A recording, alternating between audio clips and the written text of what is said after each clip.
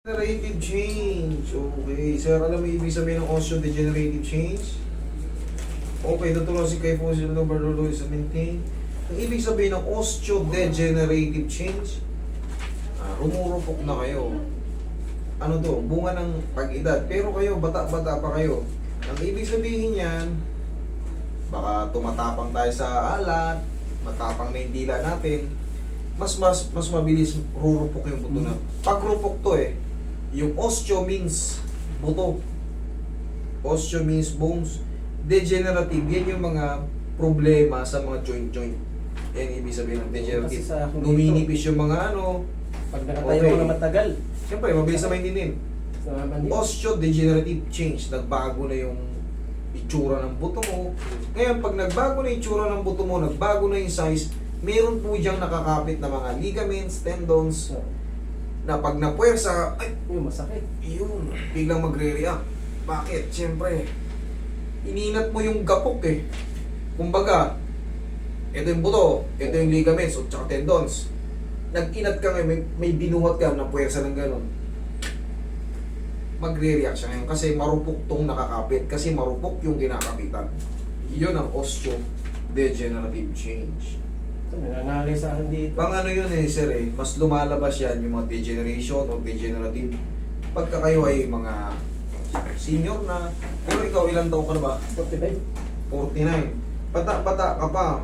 Pero, siyempre, bunga ng kasipagan, meron tayong mga buto-buto na nung nagbubuhat tayo, nakokompress siya, yung mga disc natin, nakokompress, tapos hindi natin napapariset yung katawan natin. Katagalan,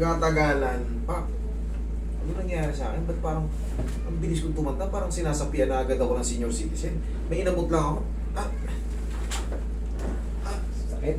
Oo, yan. Parang Ibig sabihin, kunting ano lang. parang tumatanda ka agad. Tignan mo yung mga, yung dito mo sir, sa totoo lang, good yung good yung lining. Sa totoo lang Pero yung mga disc mo, Siguro. yan yung mga osteodegenerative change yan sa siding. Yung lining okay. Pero yung ito, good. Ito hindi, lumabo. Tingnan mo magkaiba sila ng sukat. Okay, dito naman sa sakit dito sa taas. Sa blade. Oo, dito sa yung katabi. Ito. Ito yung tulong sa'yo, Yan yan, parang Yan, ito sa pinakalikod. yan. Ito. Yan. Ayun. Yan. Tapos, Ito. Tapos Pero parang dito damay ko yan, katabi. good yan, mga lining na yan, good yan sa baba, good yan banda rito. Pero itong sa babang baba, ito mas maliwanag Ito mas maliwanag, ito sa babang baba. Oo. Yan. Sa x-ray kasi, ang makakaintindi lang talaga ito, yung araw-araw nakakakita ng Pero yung sa x-ray kasi, limited lang yung natin dito, yung makukuha. Kung walang fracture, walang dislocation. Pero, katulad yan, magaling yung nagano sa'yo kahit pa paano. Ayan, nakikita niya kasi, gaya nga na-explain ko kanina, osteodegenerative change. Yun ang nakita. Sabi sa dito. Ayan, shoulder, wala. Ayos na ba yung shoulder mo? Ito. Noong una, may siya, yung frozen, tapos exercise, nakikita ko sa video mo lagi, ginagawa ko. So, naiangat ko na siya, naibabarbell ko na nga Ngayon, Noong Friday, na-aksidente ako sa motor. Gumbanon ngayon. Di naman Inangat ko, hindi ko na siya maangat. Ayun na, hanggang dyan na lang siya. But, Gaganon huwag ko. nyo ipilit kagad iangat. Hindi- Huwag nyo ipilit kagad iangat. I-round nyo lang muna para sumot yung Kasi may tinatawag yan na rotator cuff. Tsaka yung head humerus, madulas yun. I-ganon-ganon nyo muna. Nabaldog ako, nadisgrasya ako sa sakit Ganyan-ganyan nyo muna. Huwag nyo ipilit na Kasi pag nakadislocate yan, kasi Oo. Pag pinilit yung pag pinilit yung i-full stretch kagad, baka ma-rupture pa yung mga baka ma-rupture pa yung mga ligaments sa tendons. Pero totally talaga, may pa ako, yung masakit pa talaga sa yung shoulder ko. Kasi pag nabigla, halimbawa, may lamok, gaganunin ko. Sakit. Tapos yung pagka-aksidente, hilahin nga sana ng nag-risk ko sa akin mga, Kailan ka ba nadali? Biyernes ng hapon. Bago pa. Bago pa. Ito lang Merkulis pa lang Biyernes, Sabado, ang bilang yan. Linggo. 5 araw pa lang pala Sus, wala yan, normal pa yan na masakit. Mag-antay ka pa muna ng mga 2 linggo. Kala ko. Hindi ko siya mayangan. Wala, bago pa pala. Normal lang yan, mamamagat. Tsaka, huwag nyo munang automatic isipin nyo, natapilok ka lang kayo. Pag natapilok kayo ngayon, kinabukasan, anong pakiramdam nyo? Masakit yun. Ganon din yan. Ito, 5 araw pa lang eh. Kaya, Kita mo, sobrang sakit. Ganon lang. Pero ang gagawin ko dyan, hilahin sana to ng ano eh. Ulis ko sabi ko, wag, baka may fracture kasi yung kabila naman, may clicking to. Pag nangangalay, gaganon ko, tumutunog siya dito. Sabi mo nga, normal na yung clicking, yung ano lang, yung ngalay lang. huwag lang huwag lang may pain. Pero ang gagawin nyo dyan, sir, bilang sa'yo, yung katawan mo ganito, may lumabas na mga osteodegenerative. Magano ka, mag-home vitamin C, sir, medyo, paano na lang pag dumating na yung senior ka na talaga? Eh, bata ka pa, ano ka pa lang eh, wala ka pa senior eh. Pag nag-senior ka na, mas lulutong yung buto natin, magiging brittle tayo. Lahat tayo aabot sa ganun. Pero bago pa lang, kaya mo naman siguro bumili ng mga vitamin sa buto eh. Dami mong gold eh. Kung kapili tayo yan, bumili ka na yan. Okay, ito, pusin ko lang muna. Ito kasi, kahit hindi pa muna to galawin. Kasi bagong-bago pa yan eh. Ngayon, ginalaw na, napilit mo, lalo lang sumakit. Ang gagawin lang dyan, iaangat ko lang to tapos mamasahin ko. Mamasahin ko muna to tapos iaangat ko lang to. Huwag ka muna umasang ipipilit natin iangat. Hindi pa healthy yun. Kahit siguro mga 2 hanggang 3 linggo. Kung hindi to na ayos sa gagawin ko, bumalik ka. Pero kung umayos na, huwag ka nang bumalik. Pero may gagawin ako rito. Pero kung karaniwan lang yung nararamdaman mong masakit pa sa loob, eh, nadisgrasya ka eh. Huwag ka magpa-disgrasya. Kabaga na ng takbo ko, 20 na. Na-shoot sa butas. Yun lang. Oo. Problema. May mga, lalo pag yung mga butas-butas na yan, pagtapos ng tag-init, tagulan na. Pag-shoot ko ng butas, pag preno ko, napihit ko ngayon yun, scooter. Umangat. Pag-uwi muna natin yan. Kaya naman natin yan. Dapat ginito lang o relax lang. Tapos paangat. Pag ganito, okay, relax lang.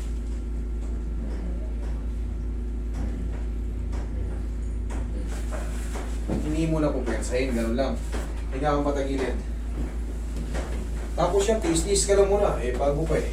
Ganun lang muna. Hayaan mo muna makapahinga yung dinamage sa'yo. Tapos dito naman sa mga balakang mo, Yan, nangangalay. ganun-ganunin mo lang yan. Pag namasyal kami sa isim, hindi ako magtatagal. Subukan mo pumasyal sa sabungan, magtatagal ka. Pag sabon, nakakaboring yan eh. Subukan mo pumasyal sa sabungan. Pero joke lang yun ha. Joke lang yun. Huwag kayong pupunta dyan. Huwag kayong pupunta dyan. Baka magbago yung buhay nyo. Dating naka-kotse kayo, baka bili kayo ng bagong motor. Relax lang. So, okay na pa. Tumunog. Eh, talagang pinatutulog natin. Ang damo talaga yung masakit, yung tumunog eh. Sakto niyo po yung mga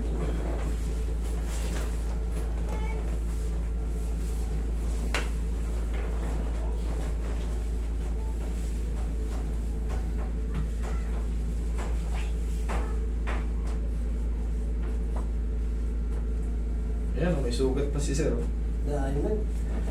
Yung mga pasa. Bago pa lang pala ito eh, 5 araw pa lang. Normal pa yan. Pero kung mga 1 buwan na, at ganyan pa rin.